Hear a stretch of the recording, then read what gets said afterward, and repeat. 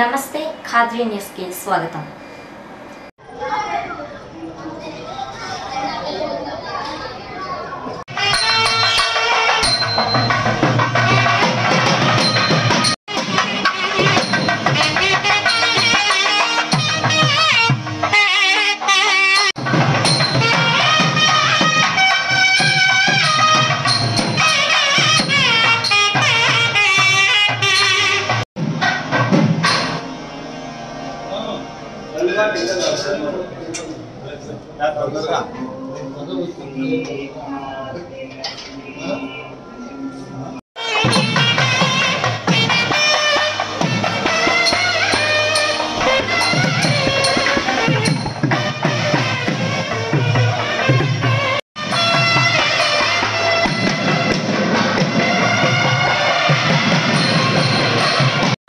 దీనికి అందరికి వస్తాయి కదా, దీనికి రండి। ఓకే, దీనికి రండి, దీనికి రండి, దీనికి రండి।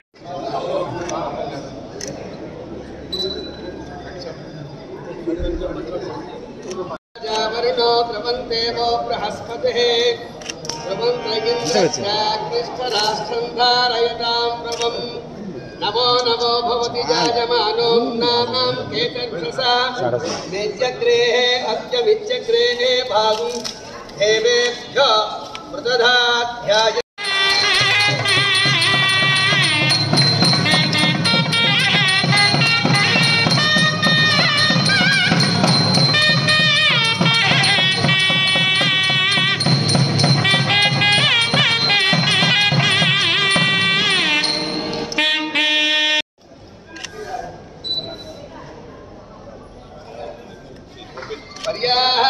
पर्याप्याहन्तरायाय सर्वस्तोमोतिरात्रमद्भवमहं भवति सर्वस्याप्यै सर्वस्य जित्यै सर्वमे पदेनः नोति सर्वं जयते हरिः ॐ।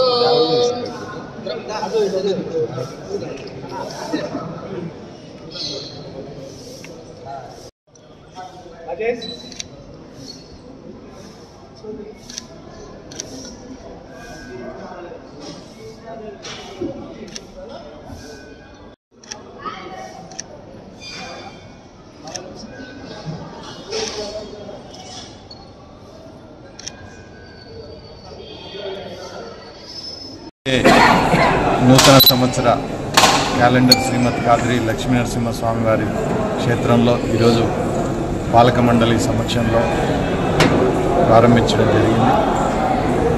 రాబోయే నూతన సంవత్సరంలో కర్రీ నియోజకవర్గ వ్యాప్తంగా ఉన్న ప్రజలందరూ కూడా సుఖ సంతోషాలతో ఉండాలని, ఆయురారోగ్యాలతో ఉండాలని, ఆ దేవుని కృపతో మంచి వర్షాలు పండి రైతాంగమంతా కూడా గడిచిన 5 సంవత్సరాలుగా ఏ విధంగా అయితే సంతోషంగా ఉన్నారో అదేవిధంగా రాబోయే సంవత్సరంలో కూడా మంచి వర్షాలతో పాడి పంటలతో ఈ ప్రాంతమంతా కూడా సమృద్ధిగా ఉండాలని, శ్రీమద్ ఖాద్రీ లక్ష్మీ నరసింహ స్వామి వారి కృప అందరిపైన కూడా ఉండాలని చెప్పి మనస్ఫూర్తిగా కోరుకుంటూ సెలవు తీసుకుంటాం। మంగళం నారసింహాయ మంగళం కులసుందవి ఖాద్రీపుర నివాసాయ ఖాద్రీ లక్ష్మీ నారసింహాయ మంగళం। ఎన్నో మంచి పనులతో మంచి కార్యాలతో ఆ యొక్క 2023 సంవత్సరాన్ని పూర్తి చేసుకోబోతున్నాము।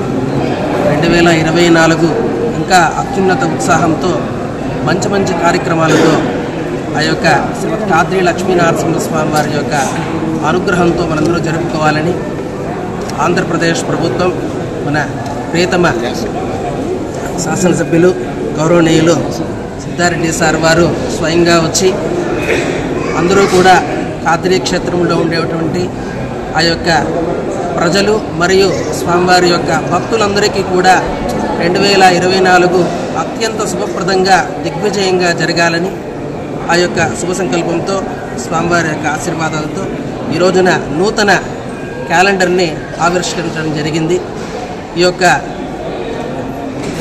శుభదినంలో అందరూ కూడా స్వామివారి యొక్క ఆశీర్వాదాలతో ఆ యొక్క క్యాలెండర్ని ఇంట్లో ఉంచుకొని ఆ యొక్క శాస్త్రబద్ధంగా చెప్పినటువంటి పంచాంగం ఉండేటువంటి విషయాలన్నింటినీ కూడా అందరూ కూడా జ్ఞాపకం పెట్టుకొని ఆ ఏ రోజు ఏం చేయాలా మనం ఎటువంటి కార్యాలు నిర్వర్తించాలి, ఎటువంటి పండుగలు చేసుకోవాలి అని సదుద్దేశంతో అందరూ కూడా లోకక్షేమార్థం ఆ యొక్క క్యాలెండర్ అనుసరించి ఆ యొక్క హైందవ ధర్మాన్ని, ధార్మిక సంస్కృతిని కాపాడాల్సిందిగా కోరుకుంటున్నాం. ఈ యొక్క సభకు విచ్చేసినటువంటి పెద్దలందరికీ, ముఖ్యంగా ప్రీతమ ఎమ్మెల్యే గారు మన సిద్ధారెడ్డి సార్ వారికి హృదయపూర్వక అభినందనలు తెలుపుకుంటూ, ఆలయ అధికారులు, మా యొక్క కమిటీ పాలక సభ్యులు, భక్తులు, అర్చకులు, సిబ్బంది అందరి తరపున వారికి శుభాకాంక్షలు తెలుపుకుంటూ స్వామివారికి ఆశీర్వాదాలు వారికి సదా ఎప్పుడూ ఉండాలని కోరుకుంటున్నాం. ఓం నమో నారాయణాయ, ఓం నమో భగవతే వాసుదేవాయ. ఈరోజు గౌరవ శాసనసభ్యులు శ్రీ సిద్ధారెడ్డి గారు దేవస్థానం చెందినటువంటి 2024 సంవత్సరం క్యాలెండర్ను ఆవిష్కరించడం జరిగింది. ఈ సందర్భంగా భక్తులంతా కూడా ఈ యొక్క స్వామివారి క్యాలెండర్ని తీసుకొని ఈ దేవస్థానంలో ఏవైతే ప్రోగ్రామ్స్ ఉన్నాయో అవన్నీ కూడా పూర్తిగా వివరంగా ఆ క్యాలెండర్స్లో మెన్షన్ చేయడం జరిగింది. అవన్నీ కూడా ఫాలో అవుతూ ఎప్పుడు ఏ ఉత్సవం ఉంది, ఎప్పుడు ఏ కార్యక్రమం ఉంది, ఎప్పుడు కళ్యాణం స్వామివారి ఉంది, ఎప్పుడు స్వాతి నక్షత్రం రోజు ఎప్పుడు ఉంది అనే వివరాలన్నీ కూడా ఆ యొక్క క్యాలెండర్లో పొందుపరచడం జరిగింది. భక్తులంతా కూడా ఈ స్వామివారి క్యాలెండర్ని దగ్గర ఉంచుకొని స్వామివారి యొక్క అన్ని కార్యక్రమాల్లో పాల్గొని స్వామివారి యొక్క కృపకు పాత్రలు కావాల్సిందిగా కోరుకుంటున్నాము. అలాగే ఈ నెల 23వ తారీఖు ముక్కోటి ఏకాదశి కార్యక్రమం జరగడానికి అన్ని ఏర్పాట్లు చేస్తూ ఉన్నాము. ఉదయం 2:30 నుంచి స్వామివారి యొక్క దర్శనానికి ఏర్పాట్లు చేస్తున్నాము. భక్తులంతా కూడా స్వామివారి దర్శనం చేసుకొని స్వామివారి ఆశీర్వాదం తీసుకొని స్వామివారి ప్రసాదాలు అవన్నీ కూడా తీసుకొని స్వామివారి కృపకు పాత్రలు కావాల్సిందిగా కోరుకుంటున్నాము.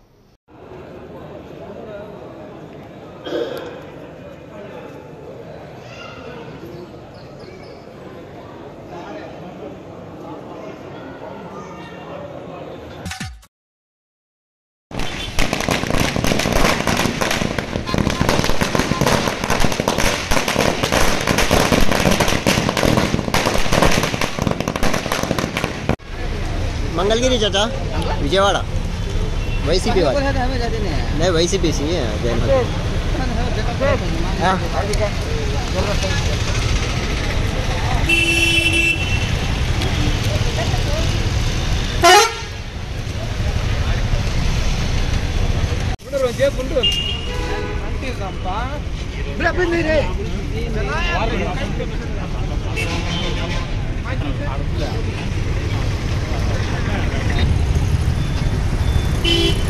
నాలుగున్నర సంవత్సరం పాటు చూసినటువంటి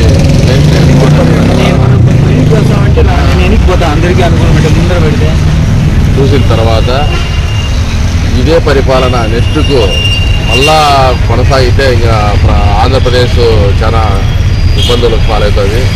రాష్ట్ర ప్రజలు ఇప్పటికే అనుభవిస్తున్న కష్టాలు చాలు, వీటికి సమరగీతం పాడాలనే ఉద్దేశంతోనే మేము ఆ పార్టీకి రాజీనామా చేసి తెలుగుదేశం పార్టీలో జాయిన్ అయ్యేదానికి రేపు విజయవాడ బయలుదేరాం. 4 సంవత్సరాల కాలంగా ఎన్నో అవసరాలు పడుతున్నటువంటి ప్రజానీకం చూసాం. ఒకటి, రహదారులు చాలా ఇబ్బందికరం. ఎవరైనా కానీ గది నుంచి ఎంట్రీకుంట వరకు పోయిరండి, మీకు అర్థమవుతుంది, నేను చెప్పాల్సిన పని లేదు. ఇంకొకటి, అధ్వానంగా మారినటువంటి పంచాయతీలు కనీసం సర్పంచ్కు 10,000 ఖర్చు పెట్టే పరిస్థితి లేదు. జంగిల్ క్లీనెన్స్ కానీ, కాలువలు క్లీనెన్స్, శానిటేషన్ ఏ మాత్రం లేకుండా పంచాయతీలు నిర్వీర్యం అయిపోయినాయి. పంచాయతీ నిర్వీర్యం అయిపోతే తెలుసు ఆ గ్రామ ప్రజలు ఎంత ఇబ్బంది పడతారో. అది స్వయంగా నేను మాజీ సర్పంచ్గా అందరికీ సుపరిచితులు. మాజీ సర్పంచ్గా నేను చేసినటువంటి సేవలు ఈరోజు తలుచుకుంటే చాలా దయనీయంగా ఉంది. పంచాయతీల్లో శానిటేషన్ లేదు, క్లీనింగ్ ఉండవు. కనీసం వాళ్ళకి అడిగితే మనం ఏం చేసుకుంటామంటాను, ₹1 లేదు. మా తోటల్లో కానీ ఏమాత్రం గ్రామ పంచాయతీకి సంబంధించి ఎటువంటి నిధులు లేవు. మా నిధులు చట్టం నుంచి పడడము, రాష్ట్ర ప్రభుత్వం తీసుకోవడము జరుగుతుంది. ఇట్లా ఎన్నో రకాల ఇబ్బందులు ఉన్నాయి.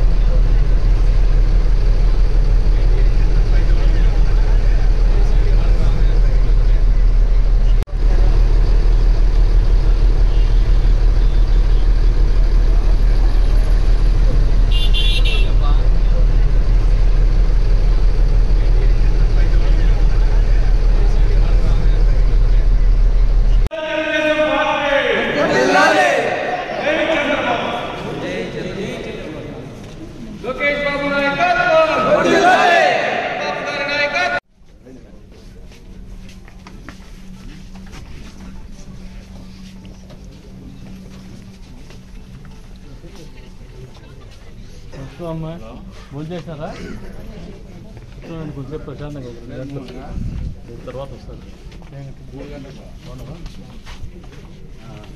3 వాళ్ళు చెప్తా ఉన్నావా ఒక నిమిషం ఉండండి ఏమన్నా చంద్రబాబు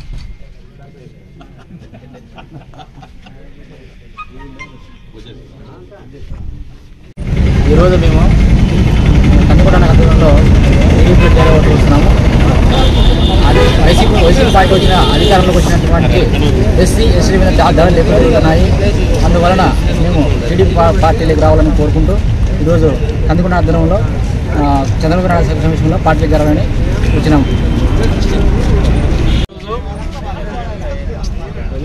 కదిరి నియోజకవర్గంలో కందికుంట వెంకటప్రసాద్ అన్న గారి ఆధ్వర్యంలో తలుపుల గాండ్లపెంట ఎన్పీకుంట నల్జూరు మండలాల నుంచి దాదాపుగా 450 మంది పైచీలకు మొత్తం వైసీపీ పార్టీ కీలక వ్యక్తులము 10 సంవత్సరాలుగా వైసీపీ పార్టీలో ఎంతో అంకిత భావంతో అన్ని అష్ట కష్టాలకు లోనై ఎంతో బాధలు పడి ప్రభుత్వాన్ని గెలిపించుకున్న తర్వాత వాళ్ళ చేసే హరాస్మెంట్లకి వాళ్ళు చేసే ఆకృత్యాలకి తట్టుకోలేక వైసీపీ కార్యకర్తల మీదనే దాడులు మాకు అన్యాయం జరిగిందాన్ని బట్ట ఈరోజు అందరం కూడా కూలంకిసంగా అందరం మాట్లాడుకొని 2 నెలల ముందే మేము రాజీనామా కూడా పార్టీకి రాజీనామా ఇవ్వడం జరిగింది.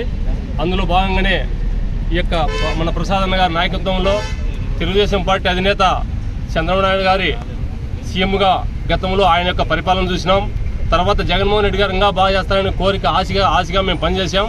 కానీ ఇంత అక్రమాలు, ఇంత దౌర్జన్యాలు, ఇంత హింసలు, ఇంత ఘోరంగా చేసినటువంటి దాఖలాలు చూసినప్పుడు అయ్యో ఇట్లా వ్యక్తులుగా మనం పార్టీకి పనిచేసిందని చాలా బాధపడి ఈ పార్టీ మనకు అవసరం లేదు, పేదోళ్ళకు తరం వచ్చే పార్టీ కాదు ఇది, ఎస్సీ ఎస్టీ బీసీ మైనార్టీలకు ఏమాత్రం ఇది వందు పట్టకుండా చాలా ఇబ్బంది పెట్టే పార్టీ కాబట్టి దీనికి మేము వెంటనే సమరగీతం పడేసి తెలుగుదేశం పార్టీలో చేయాలనే ఉద్దేశంతో ప్రసాద్ అన్న గారి నాయకత్వంలో ఈరోజు కదిరి కాన్స్టిట్యూన్సీలో మొత్తం 5 మండలాల నుంచి కూడా 5 మండలాల్లో భాగంగా 3 మండలాల నుంచి పూర్తిగా 450 పైసలకు మందరం వచ్చేసి ఇక్కడ పార్టీలో చేరబోతున్నందుకు అందులో అలాగే మా పార్టీ అక్కడ ముందుగా ఉన్నటువంటి తెలుగుదేశం పార్టీ కార్యకర్తలు అయితేనే మండల స్థాయి నాయకులు అయితేనే కదిరి నాయకులు అయితేనే అందరూ కూడా మమ్మల్ని ఆస్వాదించి 2 నెలలుగా మమ్మల్ని కూడా ఒత్తిడి చేసి మా పార్టీకి రాండి మీరు అందరం కలిసిమెలిసి చేసుకున్నాం, పేదోళ్ళకి అండగా ఉండాలంటే తెలుగుదేశం పార్టీని అని చెప్పేసి మాకందరికీ చెప్పడం, వాళ్ళ యొక్క మాటలు మేము కూడా విన్నాం.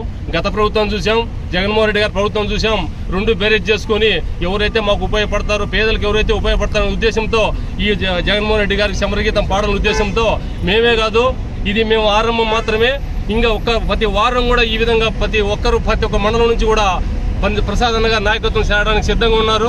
ఖచ్చితంగా కదిరి కాన్స్టిట్యున్సీలో వైఎస్ఆర్ పార్టీకి డిపాజిట్లు కూడా గల్లంతయ్యి అత్యధిక మెజార్టీతో ప్రసాద్ అన్న గెలిపించుకోవడం మూలంగా తెలియజేసుకుంటూ ఈ అవకాశం ఇచ్చిన పెద్దలందరికీ కూడా ధన్యవాదాలు తెలుపుతున్నాను. మండలం వేపరాల గ్రామం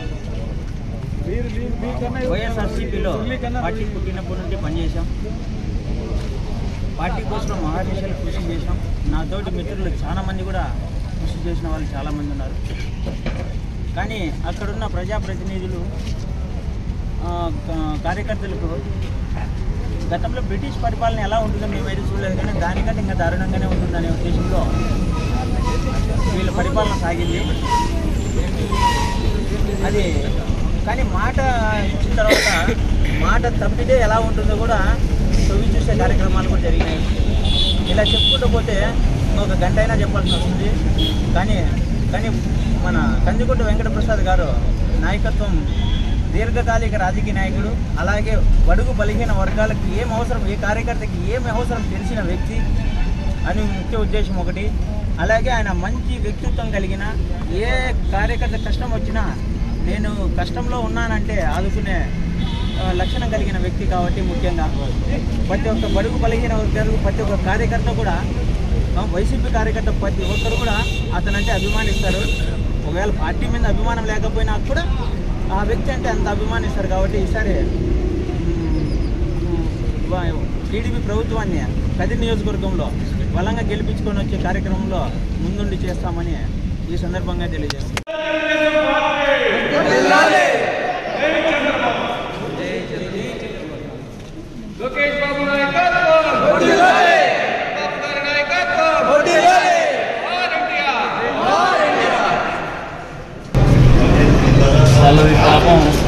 మధ్యకాలంలో మీరు నిన్నటి నుంచి చూస్తాను పొలిటికల్ డైనమిక్స్ వైఎస్ఆర్సీపీ పార్టీ నాయకుడి ఆలోచన ఉన్న ఫలంగా అసలు కనీసం గౌరవం లేకుండా ఎమ్మెల్యేలు అనే జ్ఞానం కూడా లేకుండా వాళ్ళని సంప్రదించకుండా ఆయననే వెంటనే ఏదో రీషఫల్ చేస్తాడా రీఆర్గనైజ్ చేస్తాడా అని చెప్పేసి నెపంతో చాలా వరకు 11 స్థానాలకు నిన్నపోయిన ఇన్ఛార్జీలు నియమించారు.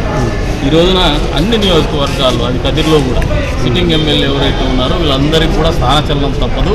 కనీస గౌరవం కూడా లేకుండా తొలగింపబడుతున్నామనే ఆందోళనలో వాళ్ళు ఉన్నారు.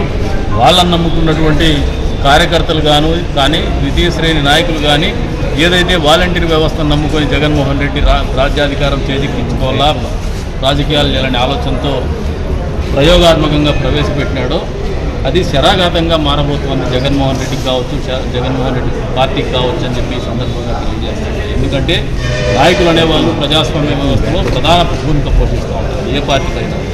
అటువంటి నాయకుల్ని ఏమాత్రం బాధ్యతలు లేకుండా వాళ్ళకి విధులు లేకుండా వాళ్ళని దూరంగా పెట్టి డైరెక్ట్గా లీడరు ఓటర్ అనే దూరంలో వాలంటీర్ని తీసుకుపోషించి నాయకత్వం అనేది అంతరించిపోయేటువంటి పరిస్థితులు తీసుకుంటున్నటువంటి వైఎస్ఆర్సీపీ పార్టీకి కావచ్చు, దాని అధినేత జగన్మోహన్ రెడ్డికి కావచ్చు పరాభవం తప్పదు.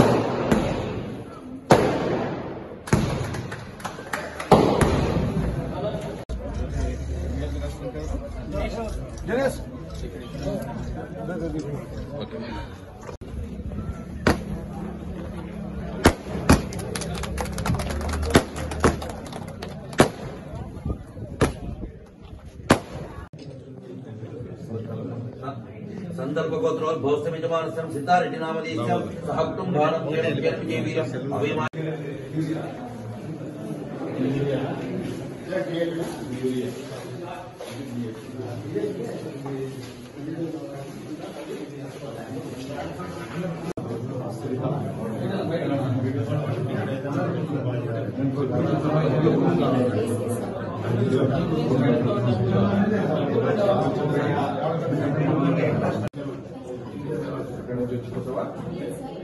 ఇక్కడ ఉంటున్నావా?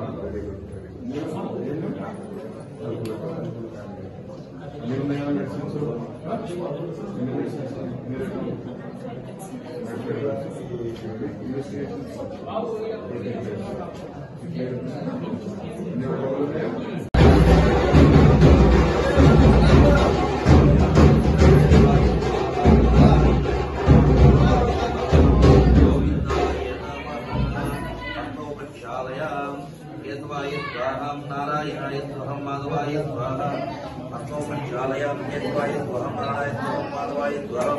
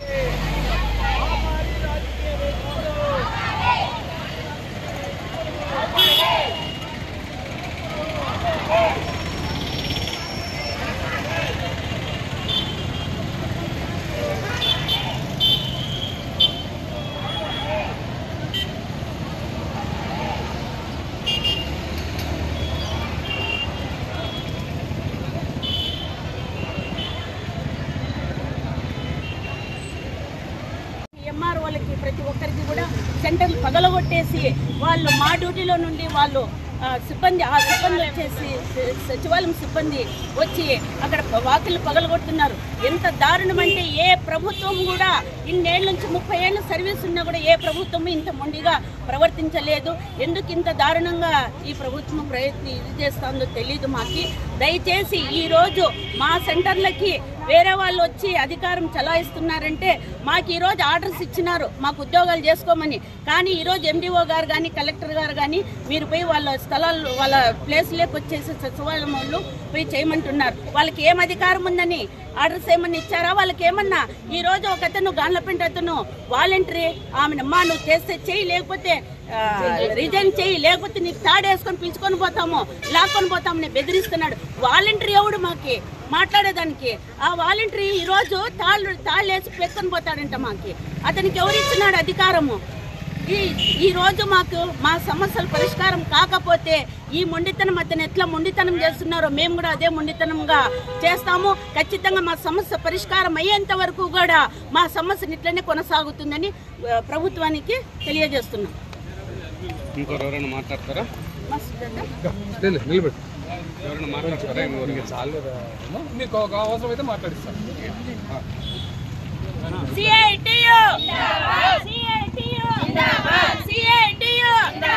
ప్రభుత్వ ఉద్యోగులుగా సుప్రీంకోర్టు తీర్పు ప్రకారం 5 లక్షల రూపాయలు. అంగన్వాడీలపై అధికారుల వేధింపులు, అంగన్వాడీలపై అధికారుల వేధింపులు, అంగన్వాడీలపై అధికార వేధింపులు, అధికారుల వేధింపులు, అంగన్వాడీలపై అధికారుల వేధింపులు.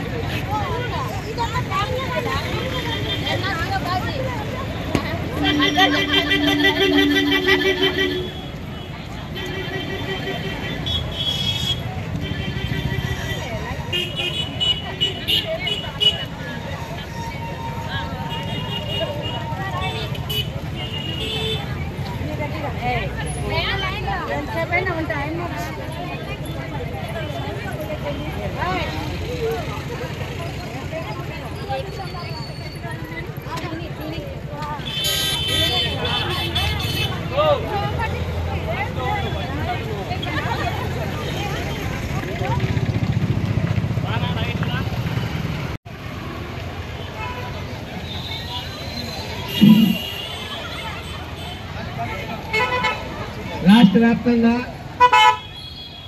4 రోజుల పాటు అంగన్వాడీలో సమ్మెలు కొనసాగుతున్నారు. ఈరోజు 4వ రోజు జరుగుతుంది. రాష్ట్ర వ్యాప్తంగా మనము అంగన్వాడీల సమస్యలు పరిశీలించాలని అనేక దఫాలుగా ప్రభుత్వానికి వివిధ రూపాల్లో వినతి పత్రాలు మిగతా కార్యక్రమాలన్నీ కూడా చేయడం కూడా జరిగింది. మరి అంగన్వాడీలు ఏమి గొంతెమ్మ కోరికలు కాదు. మీరే చెప్పిన సందర్భంగా ఏదైతే జగన్మోహన్ రెడ్డి గారు పాదయాత్ర చేసిన సందర్భంలోనే తెలంగాణలో ఇచ్చే కన్నా అదనంగా ఇస్తానని చెప్పినటువంటి మీరు ఈరోజు అంగన్వాడీల సమస్యల కోసము మహిళలంతా రోడ్డుపైకి వస్తే సమస్యలు పరిష్కరించడం పోక అధికారులు ఉపయోగించుకొని ఎక్కడైతే సెంటర్లు ఉన్నాయో అక్కడ సెంటర్లన్నీ వాలంటీర్ల ద్వారా ఐకేపీ యానిమేటర్ల ద్వారా పోలీస్ వ్యవస్థని చేతిలో తీసుకొని అక్కడ ఉన్నటువంటి తాళాలు కూడా పాల్గొట్టడం జరిగింది. మేము సిఐటిగా అడుగుతున్నాం, మీరు చెప్పినటువంటి సమస్యలు పరిష్కరించడంలో ఎందుకు మీనవేశాలు లెక్కేస్తున్నారు? అదేవిధంగా పక్కనే ఉన్నటువంటి తెలంగాణలో పక్కనే ఉన్న కర్ణాటకలో ఈరోజు ఆ రాష్ట్ర ప్రభుత్వము సుప్రీంకోర్టు తీర్పు ప్రకారంగా గ్రాట్యుటీ ఇచ్చింది. మీకు చేత కాదని కూడా మేము సిఐటిగా అడుగుతున్నాం. అదేవిధంగా చూసుకుంటే రిటైర్మెంట్ బెనిఫిట్ సందర్భంగా 5 లక్షల రూపాయలు ఇవ్వాలని కూడా మేము అడుగుతుంటే కూడా ఈ ప్రభుత్వము పెడచెవును పెడుతున్నది. ఎన్నికల సందర్భంగా ప్రతి ఒక్కరు అంగన్వాడీ కార్యకర్తలు కావచ్చు, వాళ్ళ కుటుంబ సభ్యులు కావచ్చు, ఇంటింటికి పోయి మేము అధికారంలోకి వస్తానంటే మీ సమస్యలు పరిష్కరించడము మాకు ఒక ఛాన్స్ అని అడిగినటువంటి మీరు ఈరోజు 4.5 సంవత్సరాలు అవుతున్నా కూడా ఇంతవరకు కూడా ఏ ఒక్క సమస్య పరిష్కరించడం కూడా లేదు. పైపెచ్చు అదేవిధంగా గ్రామాలలో బెదిరింపులు, రాజకీయ వేధింపులు.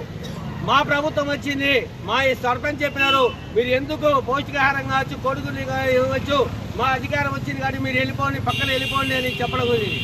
ఈరోజు చూసుకుంటే గాండ్లపేట మండలంలో ఒక వాలంటీరు మహిళా కార్యకర్తని కూడా చూడకుండా నీకు పక్కాలు వేసుకొని లాక్కొని పోతామంటే ఈ ప్రభుత్వం ఏమన్నా ఇంత నిర్బంధం ఉందో కూడా మనం అర్థం చేసుకోవాల్సిన అవసరం ఎంతైనా ఉంది.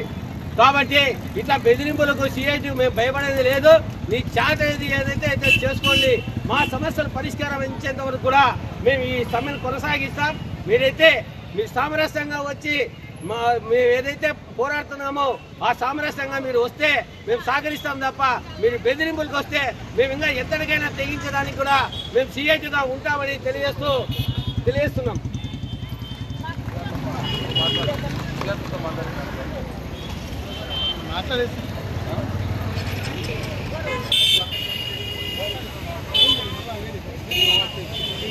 నాలుగు రోజులైంది.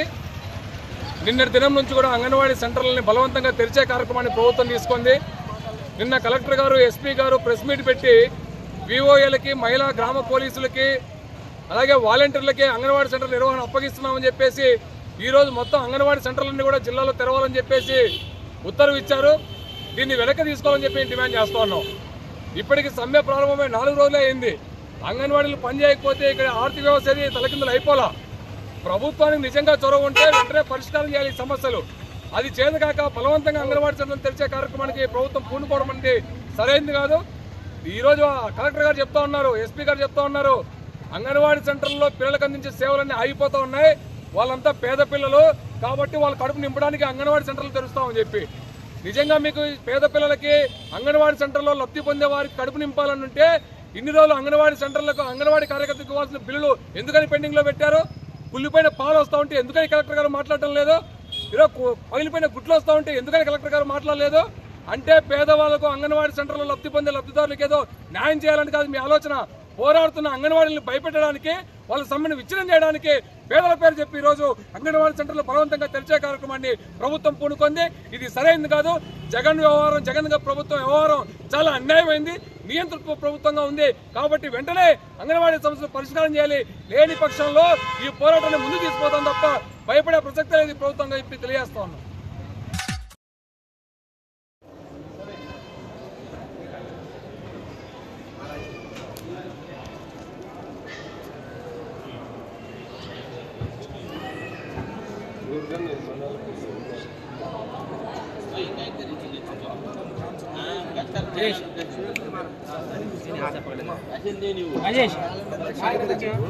దాదాపు 2 వారాలే నేను వాటర్ పెట్టక అడుగుతారేమో నమ్మమ్మ.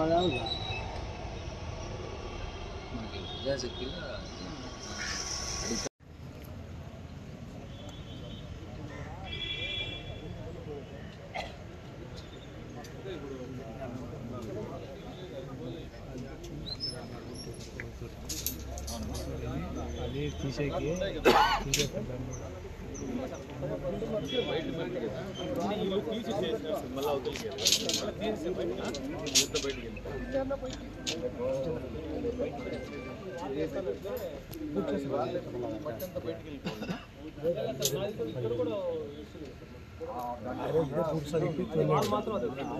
సుబ్బారెడ్డి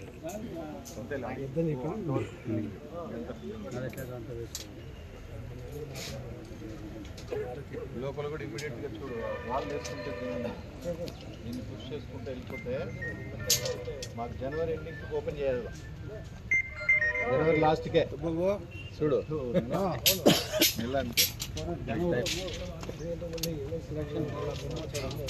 సరే అట్లా బ్రహ్మోత్సవాలు చేస్తాయి.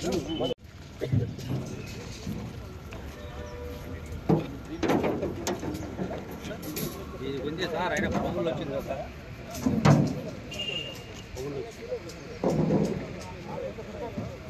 లోపల పెట్టుకున్నారా? ఈ పక్క వస్తాం పెట్టుకున్నారా?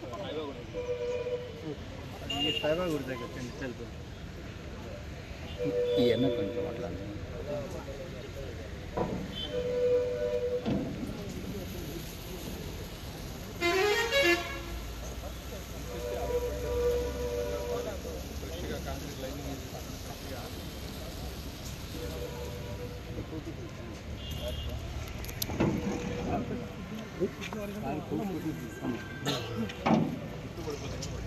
సార్ ఎందుకు లోపల కంప్లీట్ చెప్పి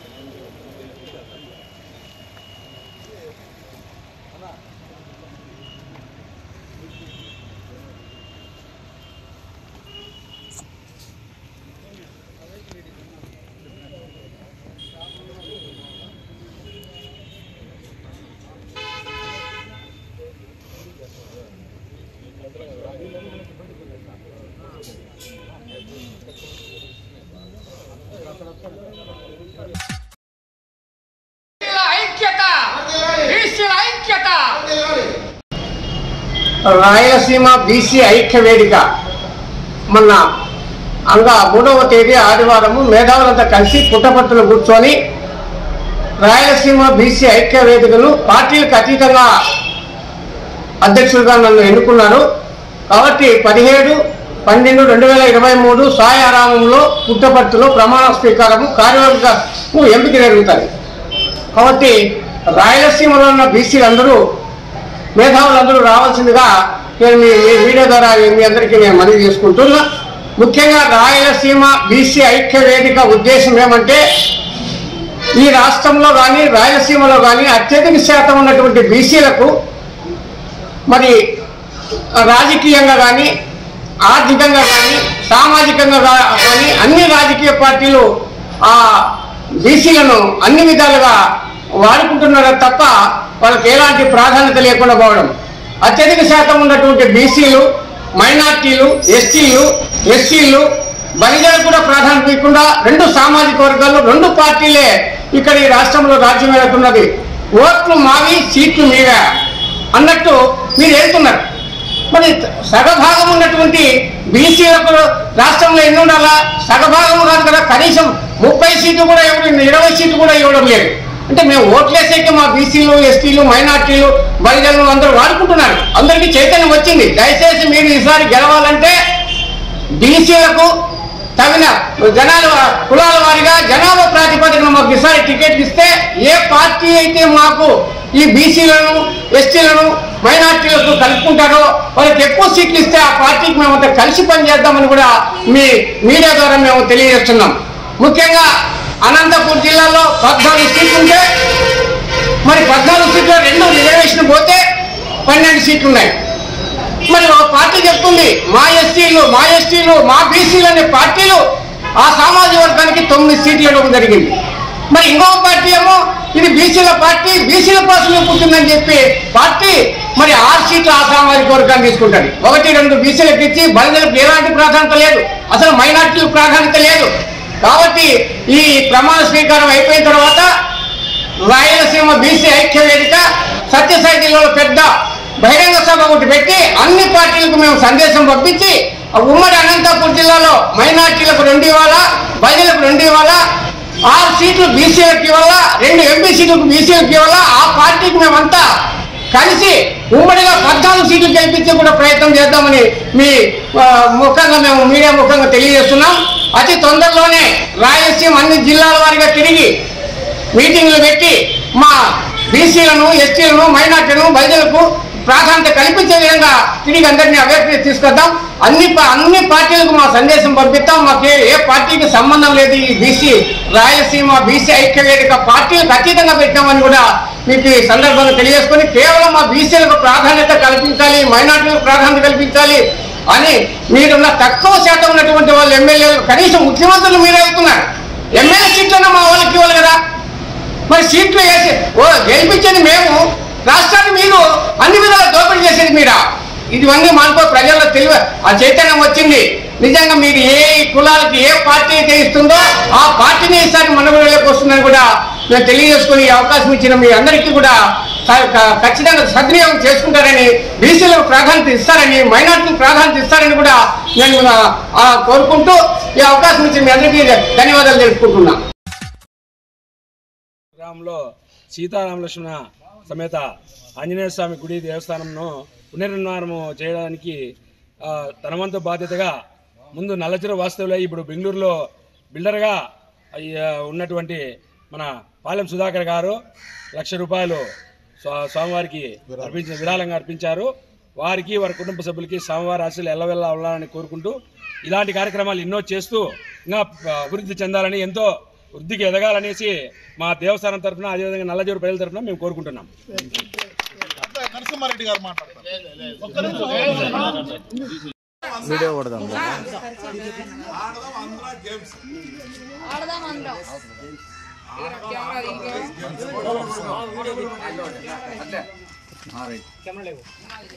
వీడియోదే కదా,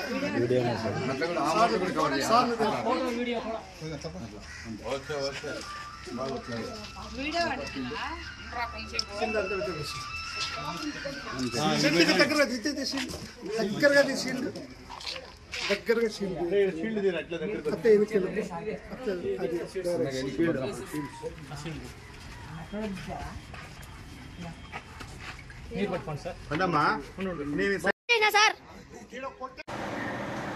ఇవి ఈరోజు వార్తలు. తిరిగి రేపటి వార్తల్లో కలుసుకుందాం. సెలవు, నమస్కారం.